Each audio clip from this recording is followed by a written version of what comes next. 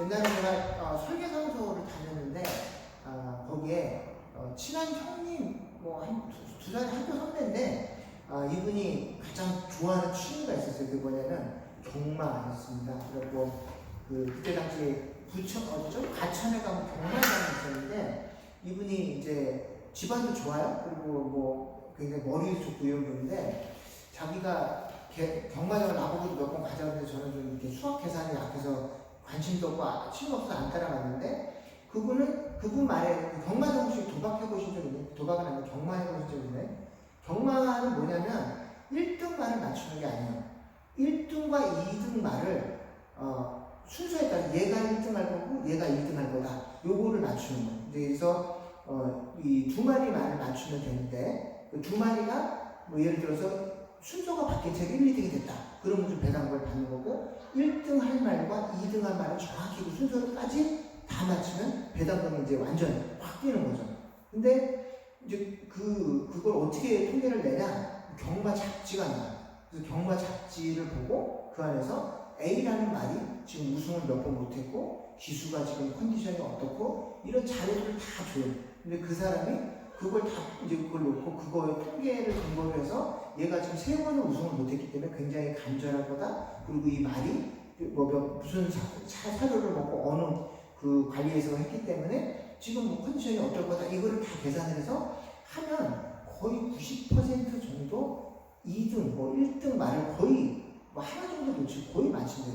그래서 이게 아예 근처에도 안 가면 도박을 안 하는데 거의 한 20마리 말을 뜨는데 한두 마리 말은 꼭 자기가 찍으면 맞는다는 거예요. 그러니까 그만두지를 못하고 계속해서 이제 투자를 하는데 어떤 날은 한 20만 원 땄다가 어떤 날은 한 30만 원 잃고 막 이렇게 하고 그걸 뭘 받냐면 카드빚으로 이제 계속 그걸 하다가 나중에 제가 그분하고 한 3년 정도 같이 직장에 있었는데 퇴사할 때쯤 돼서는 카드빚이 한 4천만 원 정도 되는 이제 카드빚이 이제 그 경마로 인해서 쌓인 걸 봤는데 그냥 형 어떡하려고 뭐 어떻게 갚으려고 나중에 마지막으로 형이 내가 갚을 길이 있지 어떻게 갚는다 했더니 큰 거 한 방울 물어갖고 왜 그걸 쌓인 그 4천만 원 그 빚을 갚아야 되기 때문에 끊을 수가 없다는 거예요. 카드 빚으로 경마로 인해서 카드 빚이 쌓이는데 그걸 갚을 수 있는 유일한 길은 마지막 한탕으로 갚지 않으면 도저히 나의 직장생활에서는 카드 빚을 갚을 수가 없기 때문에 마지막 한 방울 노려야 된다는 거예요.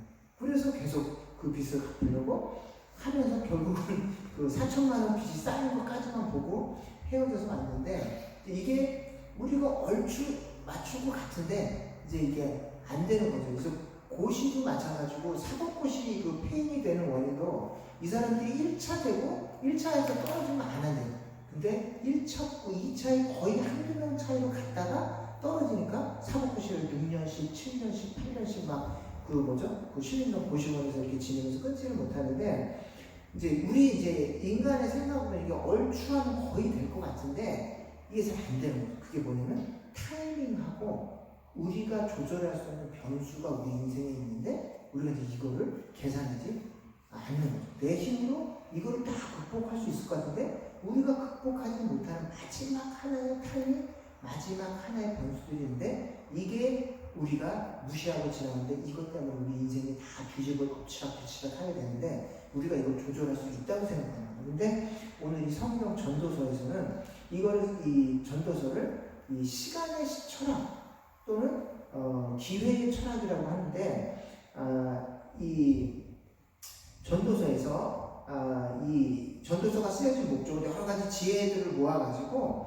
신앙과 불신앙의 경계선에서 방황하고 있는 사람들에게 한층 더 깊은 신앙으로 이 사람들을 데리고 오기 위해서 쓰여진 것이 전도서다 이렇게 얘기합니다. 그래서 예수를 믿지만 자기 힘으로 어느 정도까지 인생의 성취를 보고 완성을 이룬 사람들이 그 다음 단계를 못 나가요. 왜냐하면 자기 힘, 자기 아이디어로 인생을 계획해서 상당히 많은 부분까지 왔기 때문에 하나님께 전적으로 의지하는 데까지 그 다음 단계를 나가지 못하고 자기 힘으로 80% 90%까지 하고 하나님을 비켜고 계세요. 내 인생의 한 80, 90%는 내 힘으로 하고 나머지 부분에서 그때 하나님이 개입해 주시고 그때까지는 좀 손 띄고 좀 비켜서 계세요 라고 정말 이 반쪽짜리 신앙생활 하는 사람들에게 주는 이 메시지가 전도서입니다. 그래서 이 전도서에서는 이 인간에게 이제 그런 지혜를 주는데 첫 번째 지혜가 뭐냐면 우리가 조절할 수 없는 변수가 있는데 그게 바로 뭐냐면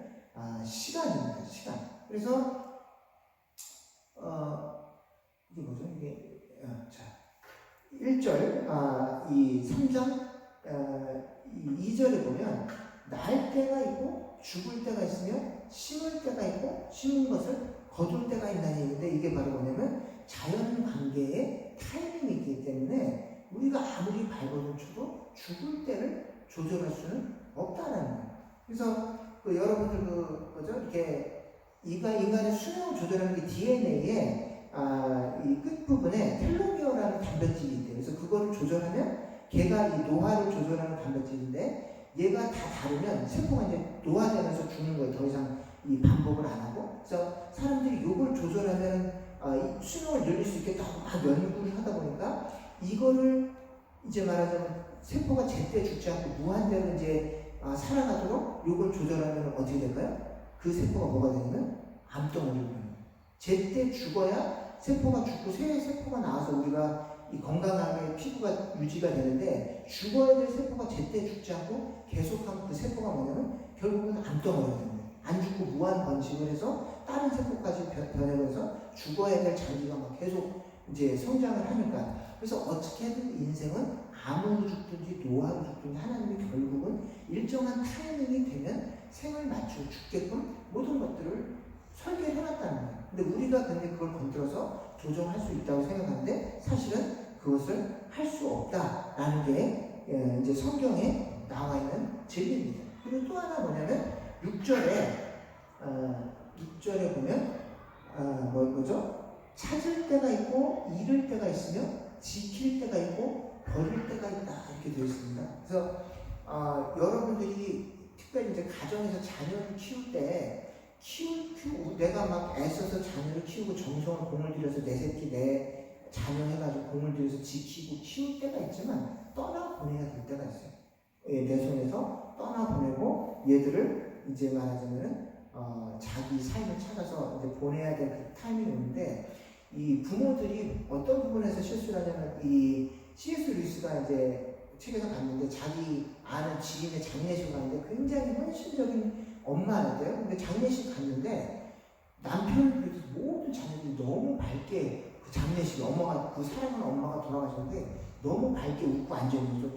이런 후회자식들이 이러고 나중에 가서 왜 남편도 심지어는 그 남편도 너무 밝고 말고 나 사랑하는 아내가 이제 죽었는데 너무 밝은 거여서 왜 그러냐 해서 나중에 이유를 물어봤더니 그 이웃들은 그 부인이 너무 그야말로 모든 일생을 식구들을 위해서 살았다라고 표현해도 이제 부족하지 않은 정도를 하는 자녀들에게 물어보니까 그분이 심지어는 삼시세끼를 그냥 자녀들에서 그 세밥 그냥 음식을 찬밥을 내놓는 게 아니라 우리로 치면 세밥을 계속해서 삼시세끼를 식구들에서 하고 빨래를 놓으면은 그 방에 다 누수고 빨래를 다 처리해주고 식구들이 늦게 오면 잠을 안 자고 기다렸다 맞이해주고 일생을 완전 식구들을 위해서 헌신했는데 자녀들의 입장에서 들어보면 완전 이게 억압이고 핍박이거든요. 우리는 그냥 때로는 점심에 찬 시원한 음식을 먹고 싶은데 엄마는 니들은 따뜻한 거 먹어야 돼. 그래서 자기가 차려주는 음식 외에는 손도 못 대게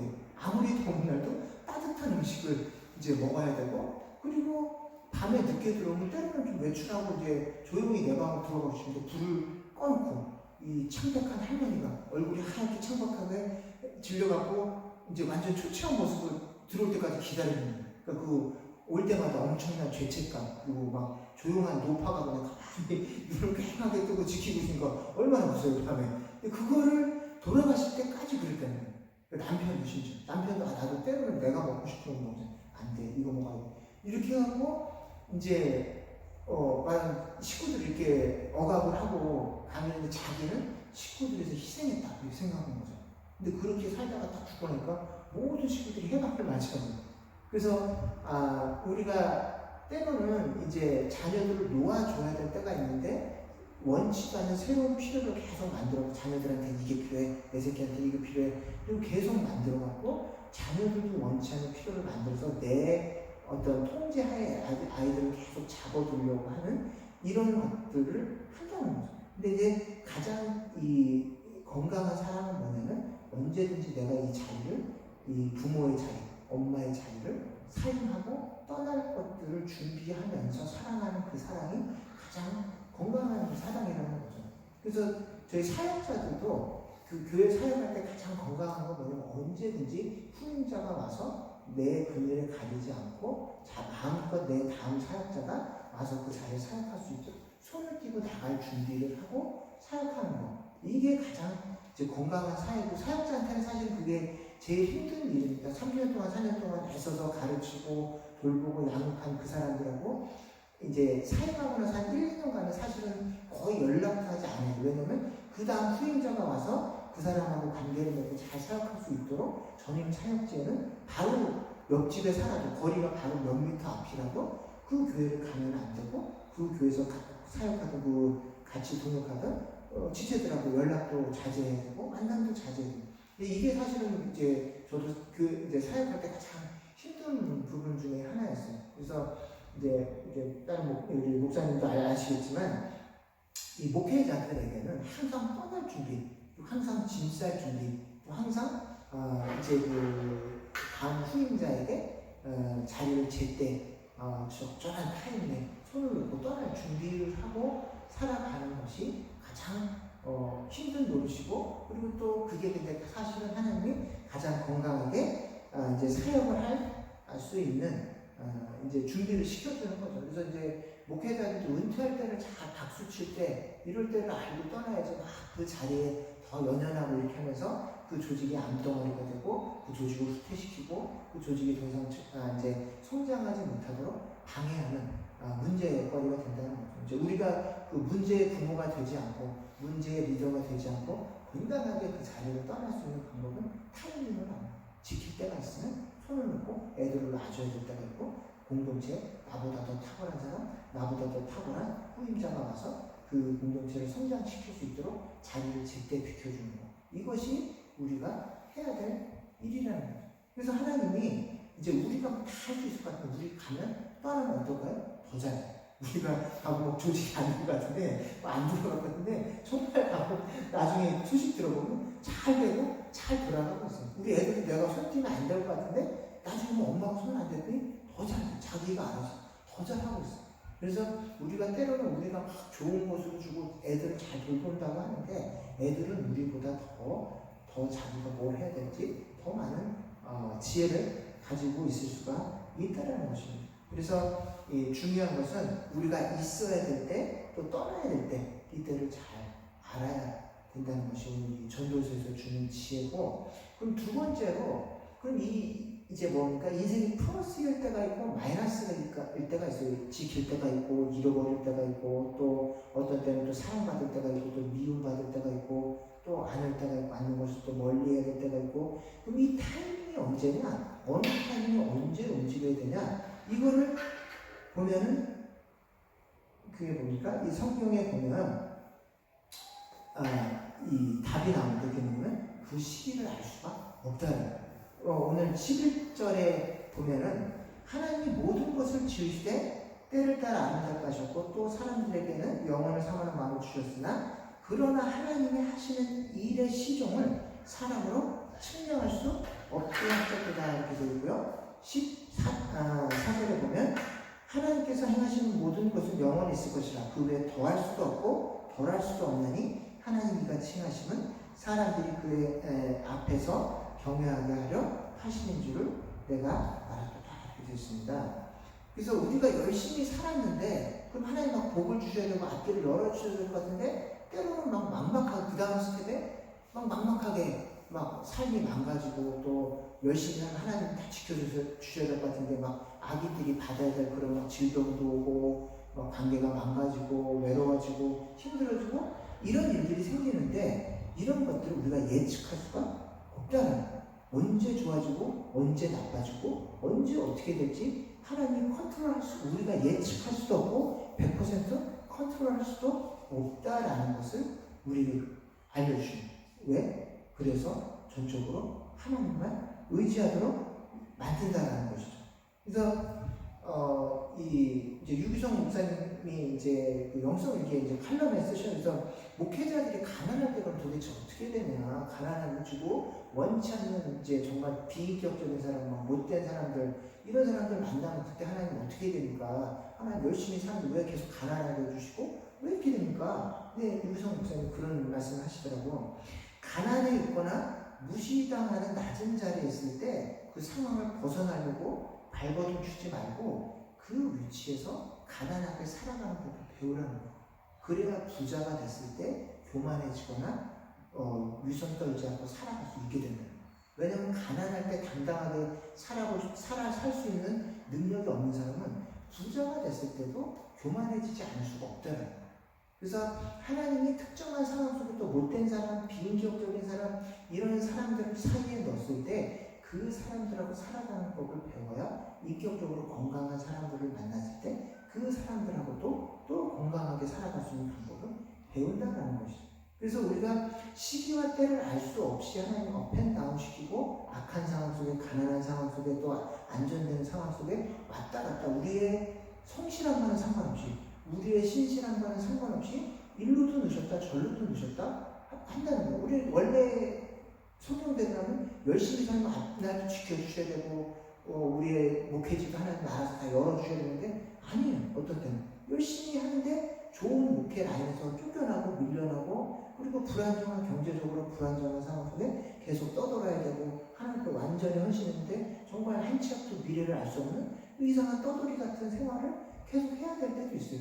근데 그때 뭘 해야 되냐면 그때 하나님을 그 상황 속에서 살아가는 법을 하나님 앞에서 배우라는 거예요. 저도 이 캐나다에서 교회에서 이제 말년이 돼서 이제 어떻게 될까, 담임 자리를 위임받아 차라 나가야 되나 일로 와야 되나 하는데 1, 2년간 담임 자리를 찾으려면 그 교회에서 이제 말하자면 그야말로 좀 무임승차하고 계속 그 조직에 말하자면 덤으로 부담이 되는 상황에서는 2, 3년간 또 있어야 되는데 담임 자리를 찾을 때까지 후임 자리를 열심히 했는데 막 저는 뭐 담임 자리 자꾸 왔다 갔다 해야 되고 막 교회 안에 뭔가 짐이 되는 존재가 돼야 되는 거예요.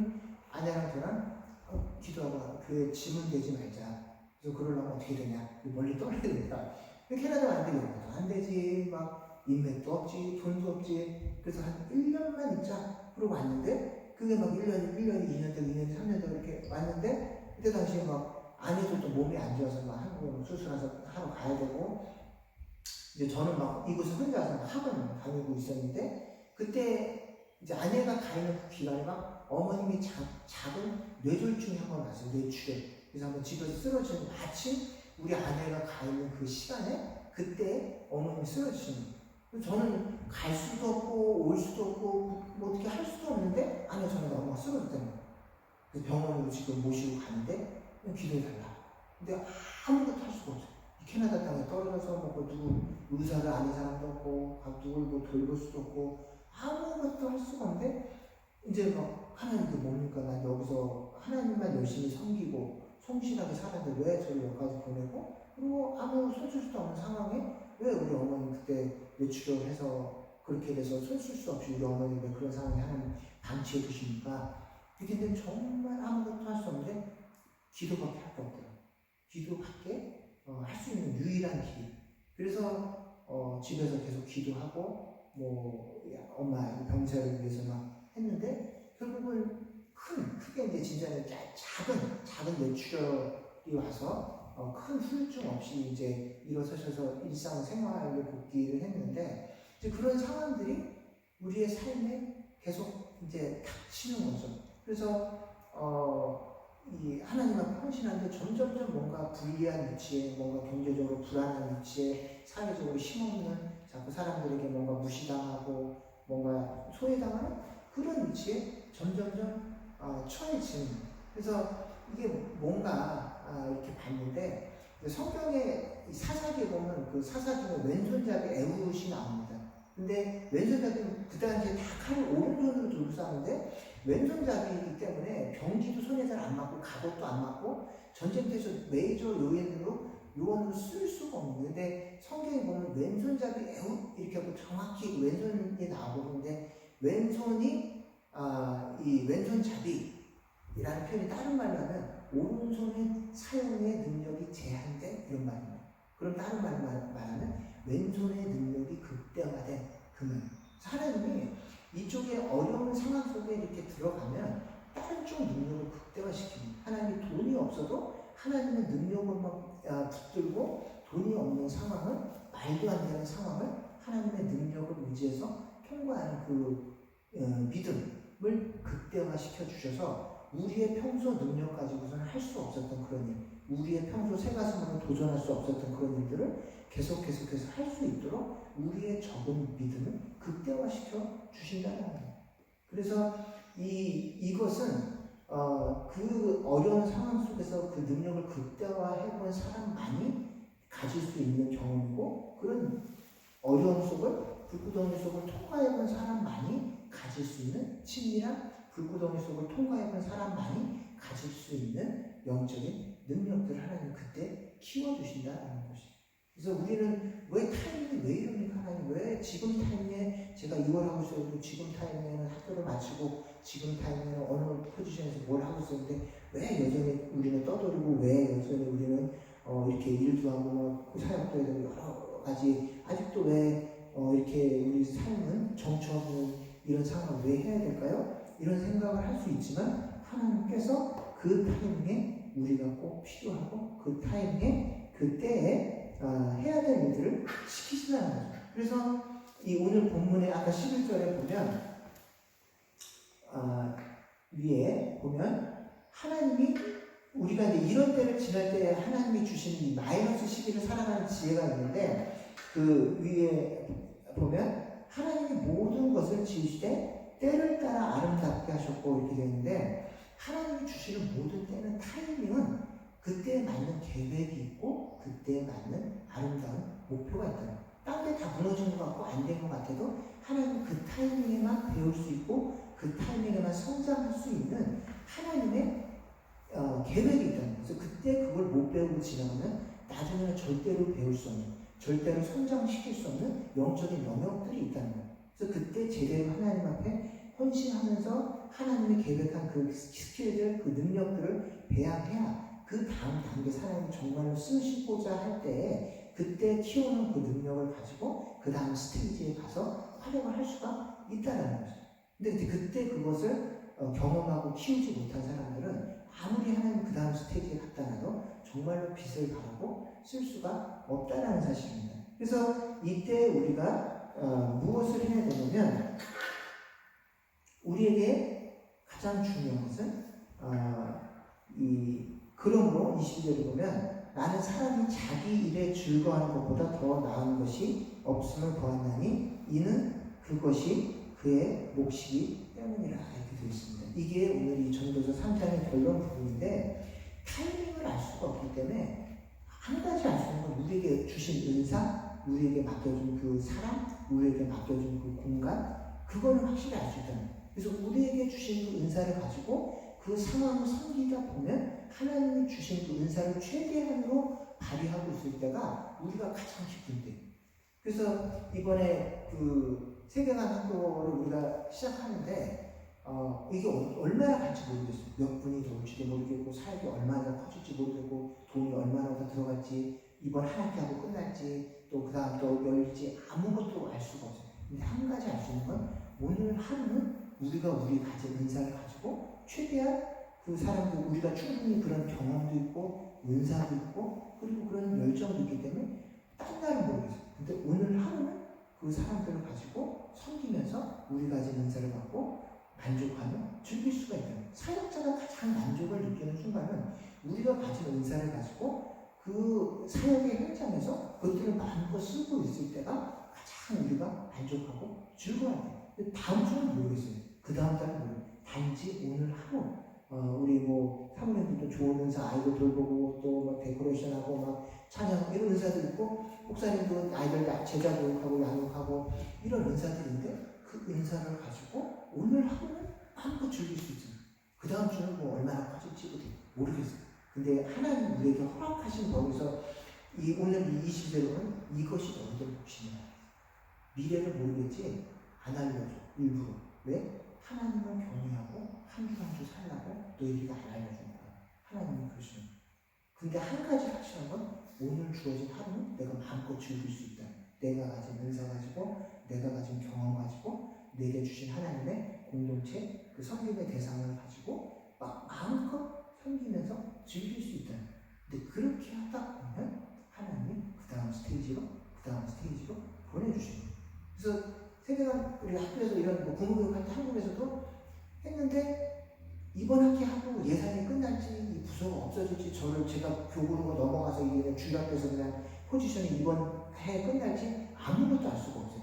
근데 한 가지 확실한 건 한 번만 해봅시다. 그 다음은 모르겠고 제가 교회에서 교구로 배치되니까 중학교 끝이거든요. 손을 떼야 되고 알 수가 없고 어떻게 미래를 알 수는 없지만 한번 해봅시다. 우리는 모르니까. 근데 그렇게 해서 4년 반을 한 학기만 해봅시다.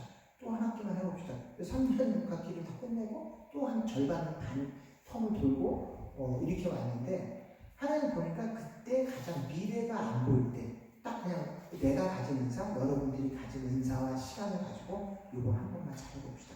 그걸 가지고 애쓸 때가 가장 사역에 돌아보니까 행복한 순간이고 그때 가장 하나님이 큰 효율을 주더라고요. 막 그 다음 뭐 담임 자리가 보장됐고 그 다음 막 이럴 때가 아니라 앞날은 아무것도 안 보이는데 단지 보이는 오늘 하루, 단지 보이는 이번 한 학기, 단지 보이는 이번 한 번 세션에 하나님 올인하고 있을 때, 수련회 한 번에 그때 올인하고 있을 때, 그때가 가장 행복하네요.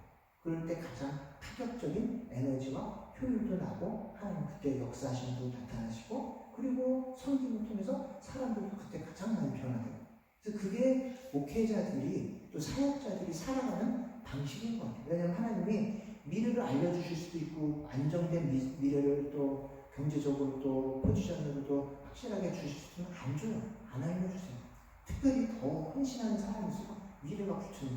더 하나님께 완전히 다 올인하고 가는 사람일수록 미래를 계획할 장기적인 미래를 계획할 수 왜? 내가 가진 에너지, 자원, 돈 이걸 다 한 번에 쏟아붓고 있기 때문에 그걸 가지고 딴 데에다 이 분산 투자할 수 있는 여력이 없기 때문에 미래가 더 불투명해질 수밖에 없어요. 근데 그 순간이 가장 효과가 나고 우리 인생의 가장 만족도가 높아지는 순간입니다. 하나님 그때 그걸 보고 역사하신다는 그럴 때에 미래를 알려주실 수도 있지만 하나님이 사랑하는 자녀들에게는 그 미래를 일부러 더 덮어두시고 더 불투명하게 해주시고 더 그 다음 스테이지가 있지만 그래서 뭡니까? 딴 거는 제약되지만 이 앞을 볼 수 있는 능력은 극대화해서 딴 거 할 수 없고 오케이 오늘 하루 내가 내 능력은 극대화해서 여기다 쏟으면 되겠구나.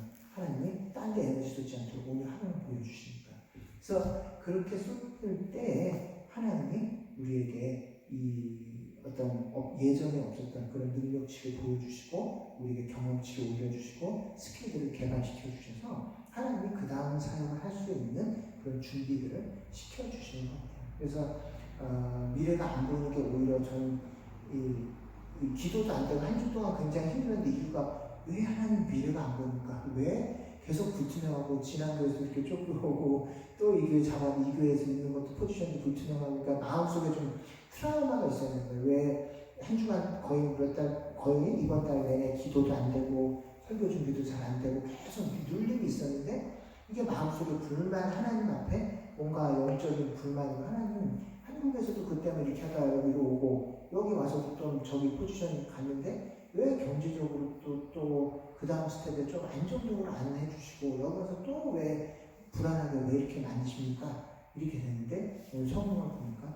그래야 네가 현실의 지금에 집중하지. 네가 경제적으로 안정되고 영주권 있고 뭐 하겠냐? 네가 리스크 걸고 누구에게 불의를 보고 부딪히겠냐? 네가 아무것도 가진 게 없기 때문에 붙은 데도 없고 떨어진 데도 없으니까 불의를 봤을 때 교회를 쫓겨날 각오를 하고 또 오미를 각오를 하고 부딪힐 수 있는 거야. 네가 오늘만 보고 살기 때문에. 그래서 하나님이 미래를 또 어떤 안정된 것들을 기대하지 못하고 하루만 보고 해주시는 그 이유가 각별한 은혜였구나라는 것을 어떻게 좀 설교 준비하고 이러면서 깨닫고 하나님이 여전히 날 사랑하시고 이렇게 계속 빡세게 뺑뺑이 돌리시고 뭔가 불안정하고 안정되지 못하게 이렇게 돌리시는 이유가 여전히 나를 사랑하시기 때문에 그러시는구나. 나는 사실을 깨닫고 나니까 기도도 되고 설교 준비도 되죠. 그전까지는 이 마음속에 끈이 나는 그 섭섭함 때문에 왜 이러세요? 나한테 왜 이러세요? 이제 이런 게 좀 있어가지고 계속 새벽에 막 기도도 막히고 막 이 설교 준비도 안 되고 이 섭섭한 하나님 앞에 뭘 설교 준비해 찬양이 안 되는데 이러고 막혀 있었는데 하나님이 나를 저를 뺑뺑이 돌리시고 불안정한 상황에서 계속 모시는 게 오늘 하루는 네가 확실한 거 가지고 해볼래? 라고 여전히 나를 사랑하신다라는 그 사실을 이렇게 설교 준비하면서 좀 깨닫고 힘을 얻었습니다. 그래서 우리가 좀 오늘 처음으로 부모 교육 처음 시작하는데 어떻게 세팅하고 이제 미래 생각하지 말고 계획하지 맙시다. 오늘 하루 좀 마음껏 즐기면서 가진 은사 가지고 하루를 이 성경 본문처럼 자기 일에 즐거워하는 것보다 더 나은 것이 없나니 이게 너희들이 받을 몫이다. 결과가 아니라 과정을 통해서 하나님을 만나는 구원받을 때 이게 사역자가 받는 가장 큰 축복인 줄로 압니다. 여러분들 마음껏 좀 즐기시고 섬기고 하면서 가진 은사를 다 발휘해서 놀라운 변화가 우리들 자신과 또 섬기는 대상에게 나타나게 되시기를 예수님의 이름으로 축원드립니다.